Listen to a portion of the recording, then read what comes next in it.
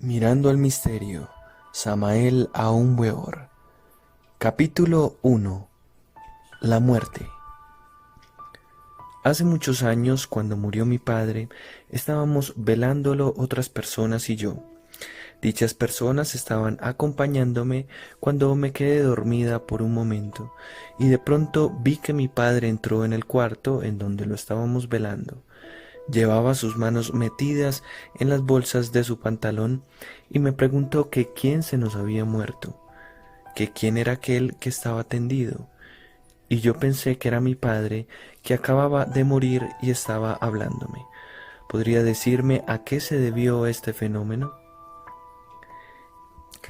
Es indispensable comprender que las gentes jamás en la vida se preocupan por despertar conciencia.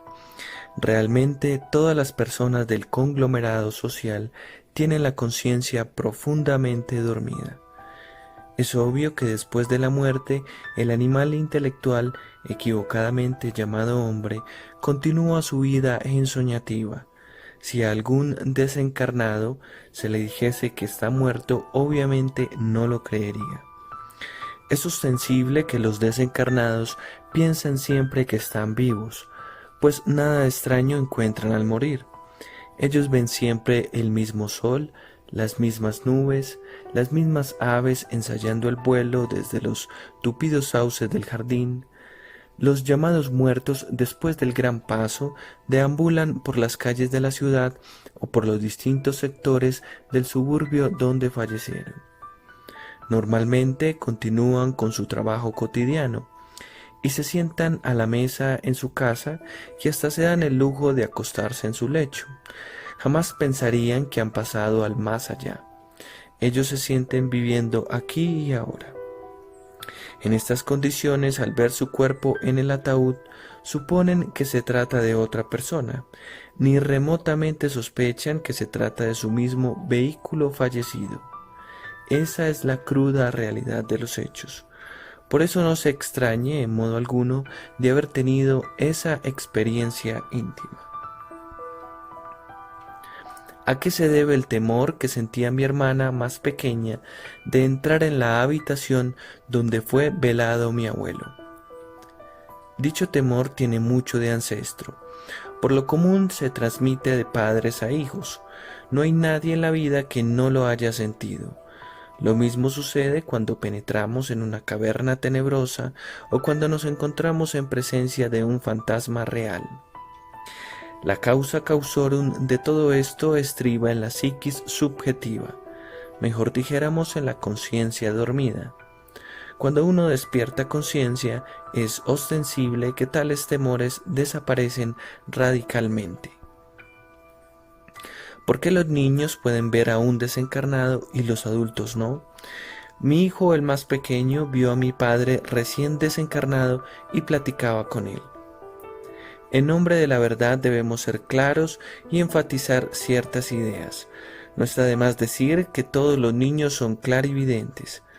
Se nos ha dicho que antes de cerrarse la frontanela frontal de los recién nacidos, eso que llaman mollera, tienen las humanas criaturas el poder de ver lo suprasensible, aquello que no pertenece al mundo físico, eso que es invisible para los adultos.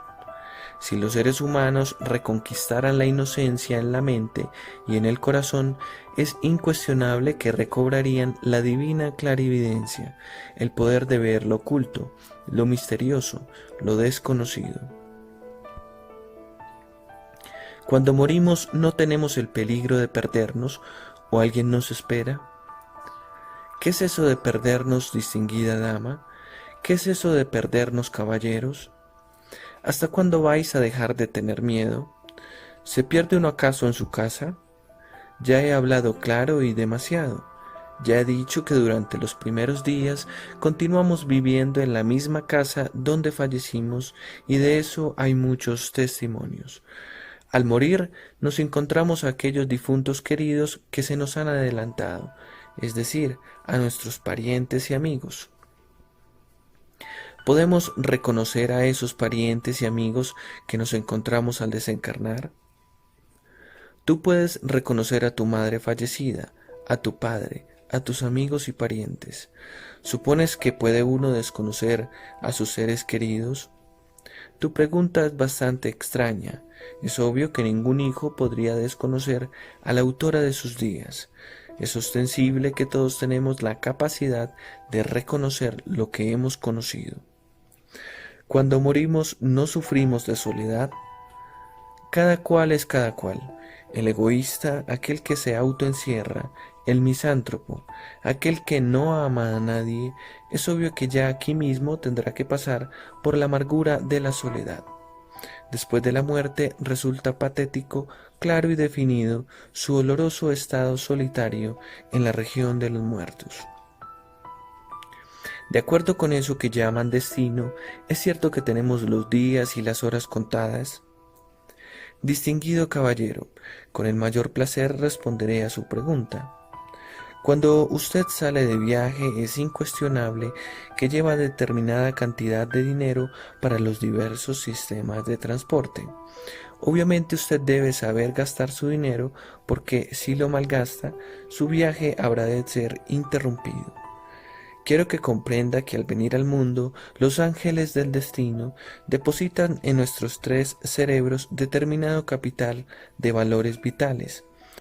Es claro que si los malgastamos, si acabamos con dicha fortuna, el viaje por el camino de la existencia será interrumpido prontamente. Mas si lo ahorramos, nuestro viaje podrá hacerse largo y así llegaremos hasta la ancianidad. Me sorprende usted con eso de los 3 cerebros. Yo siempre he oído que tenemos un cerebro.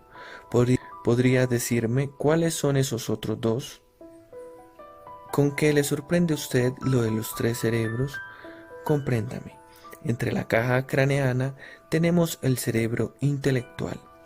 En la parte superior de la espina dorsal tenemos el cerebro motor, el centro capital de los movimientos. En el plexo solar y demás centros simpáticos está el cerebro de las emociones. ¿Me ha entendido ahora? ¿Por qué sentimos miedo al pensar en la muerte y por qué nos apegamos a la vida? El deseo de vivir es muy grande. Todos los seres humanos quieren vivir, están apegados a la vida sensual. Es obvio que la adhesión, el apego, el deseo de existencia material nos tiene fascinados. En esas condiciones de ninguna manera queremos morir. Tenemos miedo a la muerte, no queremos dejar de existir. Si las gentes a base de comprensión perdieran el deseo de vida material, entonces el temor a la muerte desaparecería. Uno llega a perder tal temor cuando comprende lo ilusorio de la existencia, cuando ve que nada en este mundo es permanente, pasan las ideas, las cosas y las personas. Cuando una persona desencarna, ¿qué hace el alma? ¿A dónde se encuentra para volver a encarnar? Hay que hablar claro y comprender. Las gentes tienen la mente demasiado dogmatizada. Existe deterioro intelectual. Ya las personas no son capaces de abrirse a lo nuevo, de ver lo natural. Siempre piensan en lo artificioso y lo consideran como un patrón de todas las medidas. En otros tiempos los sentidos humanos no se habían degenerado todavía. En las arcaicas épocas de nuestro mundo las gentes podrían ver a los desencarnados, oírlos, palparlos, etc. En la Lemuria, por ejemplo, cuando alguien iba a desencarnar, cavaba su propia fosa y se acostaba en ella con la cabeza hacia el oriente. Feliz, se despedía de sus parientes y éstos sonreían alegres. Quien pasaba al más allá no quedaba invisible para sus parientes, bien podía seguir conviviendo con los suyos deliciosamente. En el aire parecían transparentes. En la atmósfera se veía claramente a los espíritus, a las almas, a las criaturas inocentes de la naturaleza. Pero sabemos que la atmósfera, bajo esas zonas que pertenecen a lo tridimensional, a lo físico, existen regiones metafísicas, a modo de mundos o espacios, donde las almas de los muertos viven antes de volver a tomar nuevo cuerpo. Porque siempre que sueño con mis parientes difuntos, Platico con ellos y me afirman que no han muerto y que están en perfecto estado de salud. Distinguido caballero, me place su pregunta y con el mayor gusto le contesto. Ante todo quiero que usted entienda lo que es el proceso del sueño. Incuestionablemente que el sueño es una muerte chiquita, como dice el dicho vulgar. Durante las horas en que nuestro cuerpo yace dormido en el lecho, el alma ambula fuera de él, va a distintos lugares, se pone en contacto con los que han fallecido y hasta se dan el lujo de platicar con ellos. Es claro que los muertos jamás creen que están muertos porque en su vida jamás se preocuparon por despertar conciencia. Ellos siempre piensan de sí mismos que están vivos. Ahora se explicará a usted el motivo por el cual las almas de los muertos queridos le hacen tales aseveraciones. ¿Por qué los espiritualistas tienen especial predilección por llamar o invocar a los difuntos? Bien, así lo aprendieron de sus maestros, Allan Kardec, Leon Denis y muchos otros. Lo grave es que tales autores no investigaron a fondo el hueso medular de esta cuestión. Ante todo quiero, mi estimable caballero, que usted sepa que todos los seres humanos tienen dentro un yo, un ego, el mí mismo, el sí mismo. Por favor, no piense que el tal yo es lo mejor. Estudie usted el libro de los muertos de los antiguos egipcios y comprenderá lo que estoy diciendo. ¿Ha leído el Fausto de Goethe? Si usted conociera lo que es ese Mefistófeles, me daría la razón.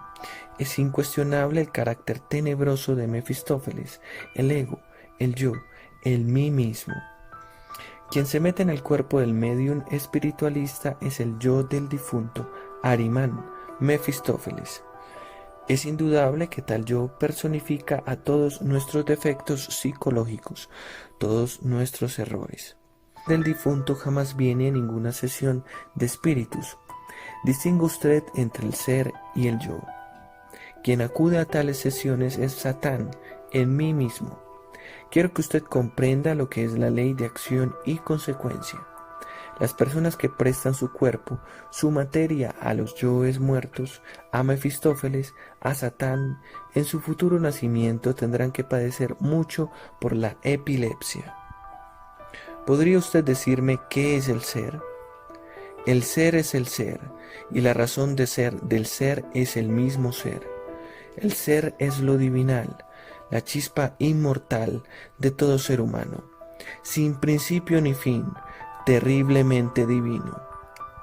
Todavía los seres humanos no poseen esa chispa dentro de sus cuerpos, mas si nos santificamos y eliminamos el yo pecador, el Mefistófeles, es claro que un día la chispa podrá entrar en nuestros cuerpos. Ahora lo invito a usted a comprender lo que es el ser. Después de la muerte, ¿recuerda uno toda la vida que acaba de pasar? Sepa usted, señorita, que después de haber abandonado el cuerpo físico, todo difunto revive en forma retrospectiva la vida que acaba de pasar. El desencarnado comenzará reviviendo aquellos instantes que precedieron a su muerte. Por tal motivo, durante los primeros días, como ya dijimos, vivirá entre los suyos, en su casa, en su aldea, en su pueblo, en su oficina, en su trabajo. Después, continuando, vivirá en todos aquellos lugares muy anteriores, en cada faceta de su existencia pasada, repetirá los mismos dramas, las mismas palabras, las mismas escenas, etc. La última parte retrospectiva corresponde a los procesos de la infancia. Terminada la retrospección, tenemos que presentarnos ante los tribunales de la justicia divina. Los ángeles de la ley nos juzgarán por nuestros actos, por nuestras obras. 3 caminos se abren ante el desencarnado. Primero, unas vacaciones en las regiones luminosas del espacio infinito, antes de volver a tomar cuerpo. Segundo, volver a una nueva matriz en forma inmediata o después de algún tiempo. Tercero, entrar en los mundos infiernos dentro del interior del planeta en que vivimos.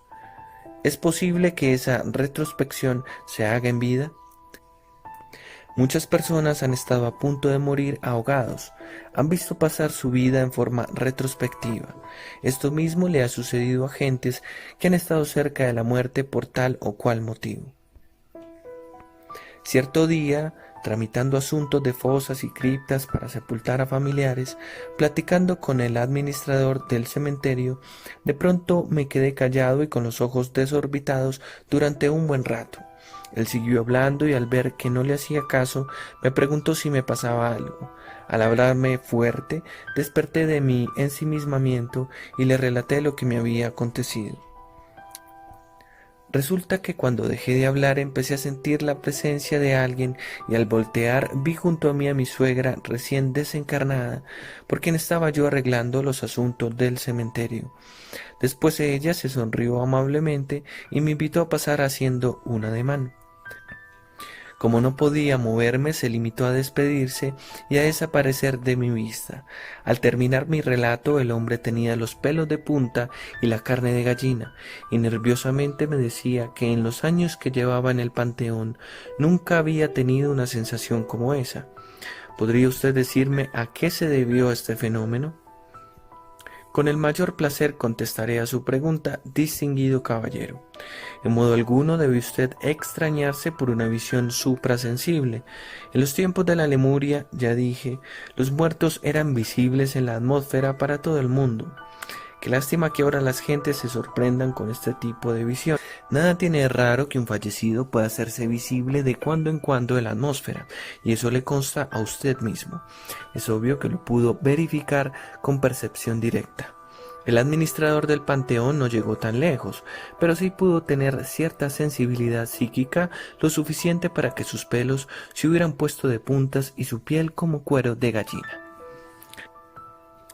Siempre que sueño con mi abuela materna y la veo triste, me señala algo que al despertar no recuerdo, pero me he dado cuenta a través de los años que a los 8 días después de haberla soñado, alguien de mi familia se pone en estado de gravedad.